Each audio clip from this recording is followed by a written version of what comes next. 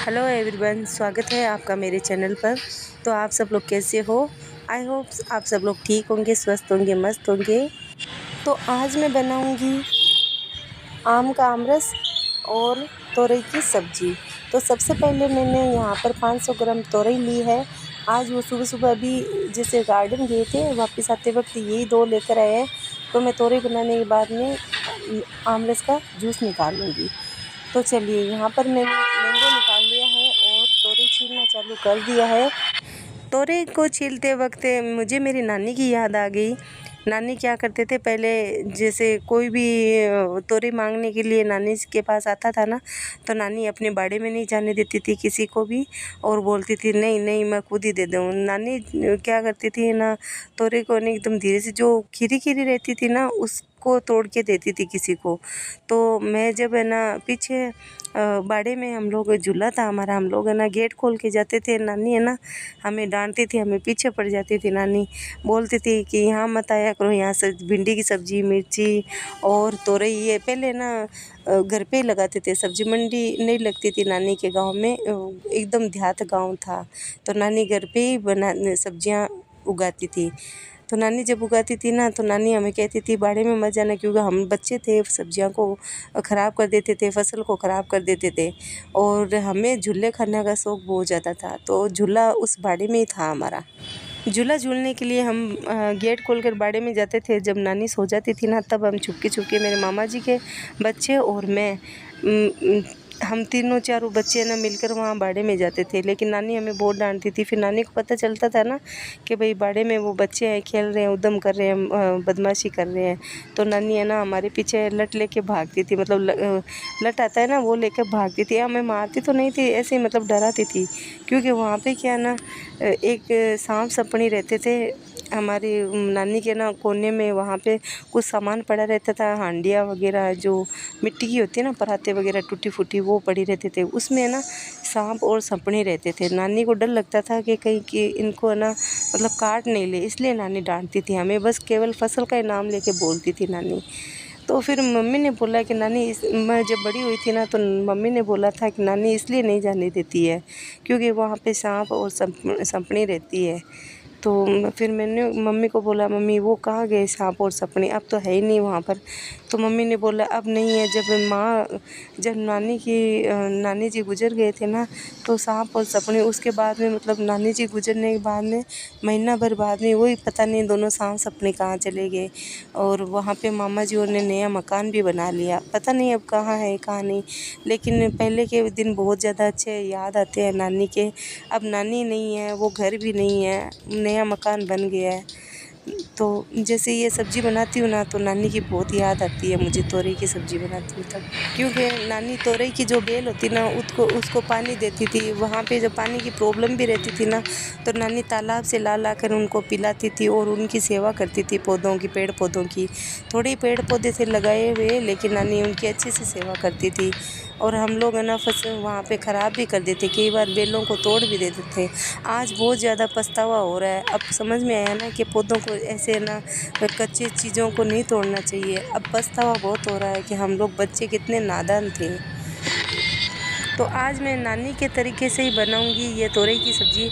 नानी अलग ही तरीके से बनाती थी, सबसे हटके बनाती थी नानी तोरई की सब्ज़ी। नानी है ना जब बनाती थी ना, नानी ऐसे मसालों को ना पता नहीं किस टाइप से करके डालती थी।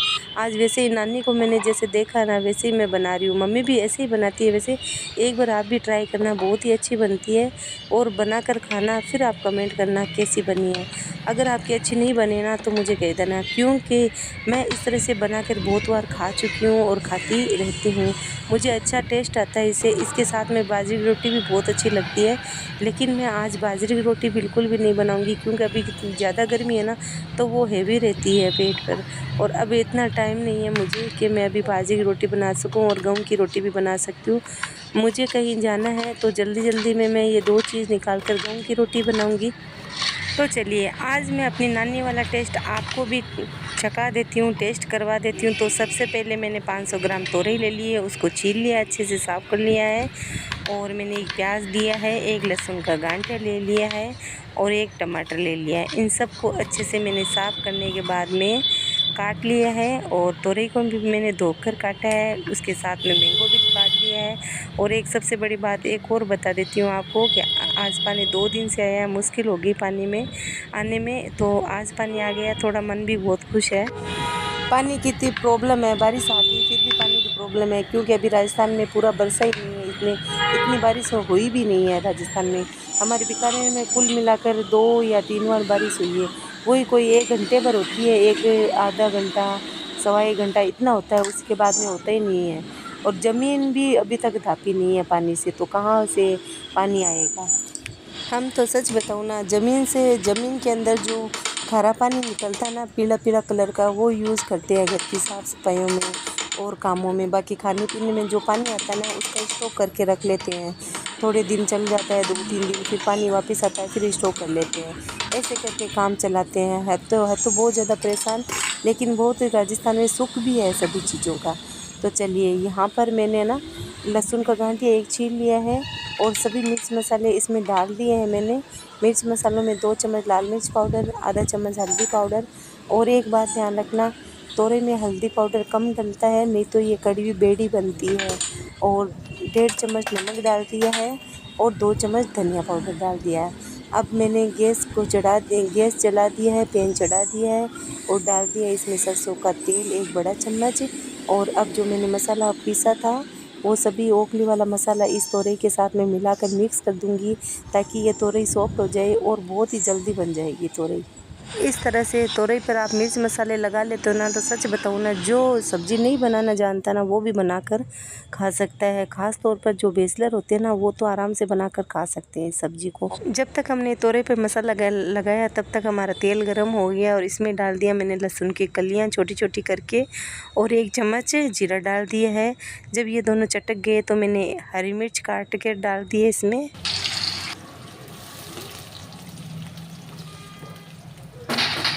और हरी मिर्च जब हमारी 4-5 सेकंड भुन जाए, तब हम इसमें प्याज डाल देंगे।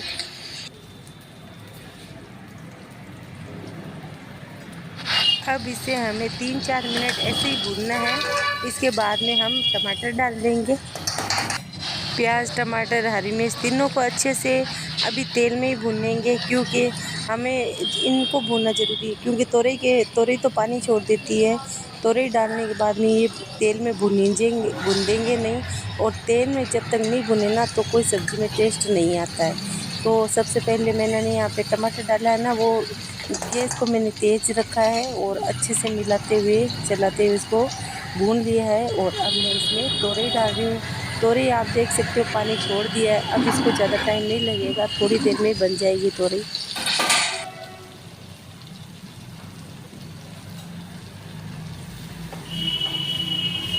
तोरई को और मसालों को अब अच्छे से हमें भून लेना है, कच्चापन नहीं रह जाए, इसके लिए आपको तेज़ गैस को रखना है और अच्छे से चलाते हुए रहना है, छोड़ना नहीं है इसको आप गैस तेज़ करके, नहीं तो पेंदे में देखो ये जल जाएगी। और यहाँ पे ना, जैसे मैंने इसमें डाला था ना, मिर्च मसालों के साथ में लहसुन भी डाला था, तो लहसुन भी अच्छे से भुन जाएगा। अब ओखली का खंकोला हुआ पानी डाल दूँगी, ये तो बहुत ही ज़्यादा ज़रूरी है, ओखली का पानी, इससे तो बहुत ही ज़्यादा अच्छा स्वाद आता है।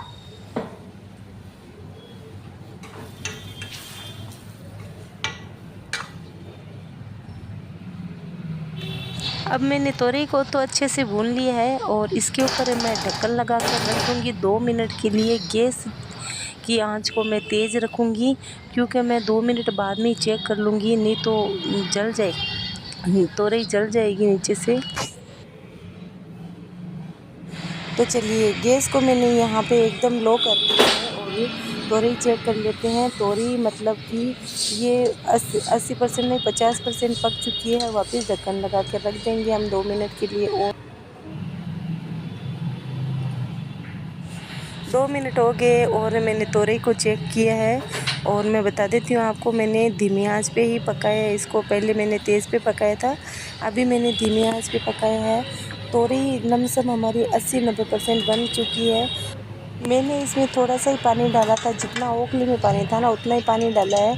आप चाहो तो इसमें 1 गिलास आधा गिलास चावल में खाते हो ना ये सब्ज़ी तोरई की, तो आप इसमें 1 गिलास पानी और ऐड कर सकते हो।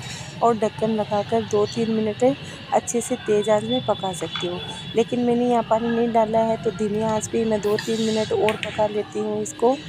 और ये देखो 2-3 मिनट हो गए हैं, मैंने इसको चेक किया है। देखो बहुत ही अच्छी बनी है, बहुत ही अच्छा कलर आया है। खाकर मतलब क्या ही मज़ा आ जाता है इसको खाने पर। बच्चों को बहुत पसंद है, पापा सास ससुर जी को भी बहुत पसंद है। तोरई की सब्ज़ी सबको घर पे बहुत ही ज़्यादा पसंद है इस तरह से बनाई हुई। और ये देखो इसमें जाड़ा रसा तरी जाडी हुई है, बहुत ही अच्छी हुई है तरी जाडी। आप इसमें पानी और भी, मैंने पहले बताया था, आप पानी इसमें और भी डाल सकते हो।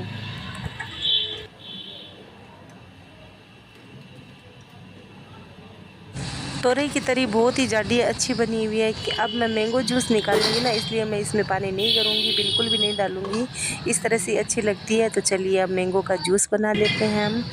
तो यहाँ पर मैंने पहले मैंगो के धो लिया था एक बार, तोरई के वो पानी बचा था ना, उसमें पानी में धो लिया है। और अब मैं साफ़ पानी से एक बार और धो लेती हूँ। मैंने बताया था ना आपको पानी की प्रॉब्लम चल रही है, तो थोड़े थोड़े पानी से एक बार काम करना पड़ता है हमें। तो चलिए मैंगो जूस बनाने के लिए यहाँ पे 4 आम लिए मैंने।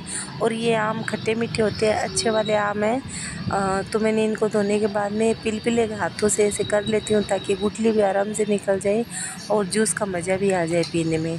तो वैसे तो देखो मिक्सर मशीन में बना सकते हैं जूस, लेकिन हमें क्या ना, ये जो हाथ से बनाते हैं ना जूस, मैंगो का, आम का जूस, ये हमें बहुत ही पसंद है। आम रस ये है ना, मतलब वो ओरिजिनल स्वाद आता है इसमें। हम जब मिक्सर मशीन में ना बनाते हैं ना इसको, तो ओरिजिनल वो वाला स्वाद आता नहीं है। अब बच्चे मम्मी के पास जाते हैं, तो वहाँ पे मम्मी के हाथ से निकालती है, तो बच्चे को इतना पसंद आता है, वहाँ पे मम्मी से 2-2 3-3 बार है ना डलवा के पी लेते हैं। तो मैं ये सोचती हूँ बार बार मैं क्यों डलवाती हूँ, मुझे अच्छा नहीं लगता। लेकिन है ना, अब पता चला है कि है ना ये बच्चों को क्यों स्वाद लगता है, क्यों क्यों अच्छा लगता है। पहले मैं भी रोटी के साथ में आम नहीं खाती थी, ऐसे ही पीती थी। मम्मी मेरे लिए ना एक आम रख देती थी। गांव में ये आम महंगे मिलते हैं, मैं आपको बता देती हूँ, बहुत महंगे मिलते हैं। और जगह सब जगह इसकी उगाई हो जाती है, लेकिन राजस्थान में इसकी होती नहीं है ना, तो ये थोड़े महंगे मिलते हैं। सस्ते होते हैं ना उस टाइम, तो सस्ते हो ही जाते हैं। बस मैंगो जूस हाथ से निकालने के लिए इतना ख्याल रखिए कि आप अपने हाथों को एकदम साफ़ और स्वच्छ करके ही मैंगो का जूस निकालिएगा। मैं तो यहाँ किचन का काम करती हूँ ना, तो मुझे ज़रूरत पड़ती है ना, तो मैं हाथ धोती रहती हूँ बार बार में। और जब मैं मैंगो जूस निकालने के लिए वेट करती हूँ, तो मैं हाथ 2-3 बार धोकर ही बनाती हूँ। और फिर मैं ये मैंगो जूस निकालने के बाद मैं एक बार हाथ और धो लेती हूँ, गुठलियाँ निकाल ले रही थी ना, तो एक बार हाथ और धो लिए थे मैंने, और पानी से इसको ना गुठली को धोकर इसका जो जितना भी माल है ना मैंगो का, वो निकाल लिया है मैंने। और अब जो मैं दूध दही, मतलब दही हम भिगोते हैं ना छाछ बना के लेने के लिए, तो उस भिगोने से मैं इसको मथ रही हूँ, ताकि इसमें है ना जो गुठलियाँ होगी ना वो एक में एक हो जाएगी अच्छी तरह से। 4 आम में मैंगो काफ़ी सारा निकला है। अब मैं थोड़ा सा इसमें पानी डाल रही हूँ, और पानी डालने के बाद में इसको एक बार और मथ लूँगी। मथने के बाद में पापा जी के लिए मैं फीका निकाल दूँगी, डायबिटीज़ होने की वजह से। यहाँ पे मैं ना पापा जी के लिए फीका निकालती हूँ। मीठा नहीं पीते हैं पापा जी, गुड़ का तो पी लेते हैं, लेकिन ऐसे चीनी वाला नहीं पीते हैं। तो मैं एक गिलास से भर कर पापा जी के लिए एक बार पहले फ्रिज में रखवा देती हूँ गौरव को बोल कर। तो पापा जी के लिए मैंने एक गिलास भर के भेज दिया है। और मैं इसमें 2-2.5 चम्मच चीनी की डाल रही हूँ। और खट्टे मीठे आम है, लेकिन आज ये मीठे हैं आम, तो इसमें 2.5 चम्मच बहुत है चीनी। ज़्यादा तो ज़रूरत नहीं पड़ेगी, क्योंकि अभी मीठे ही आ रहे हैं, ज़्यादा खट्टे ज़्यादा नहीं आ रहे हैं आम। आज है ना हमारी गली में बहुत ही ज़्यादा आवाज़ आ रही है, क्योंकि मुहर्रम है, ताजिया है ना आज। तो सब बच्चे सीटी वगैरह लेकर आ रहे हैं, बजा रहे हैं, ढोल लेकर आ रहे हैं, फोड़ रहे हैं, तो आवाज़ बहुत तेज़ है, सुनाई नहीं दे रहा है। यहाँ पे मैंने आवाज़ बंद कर दी है। और मैंने यहाँ पर है ना मैंगो में वो डाल दी है बर्फ़। और बर्फ़ डालने के बाद में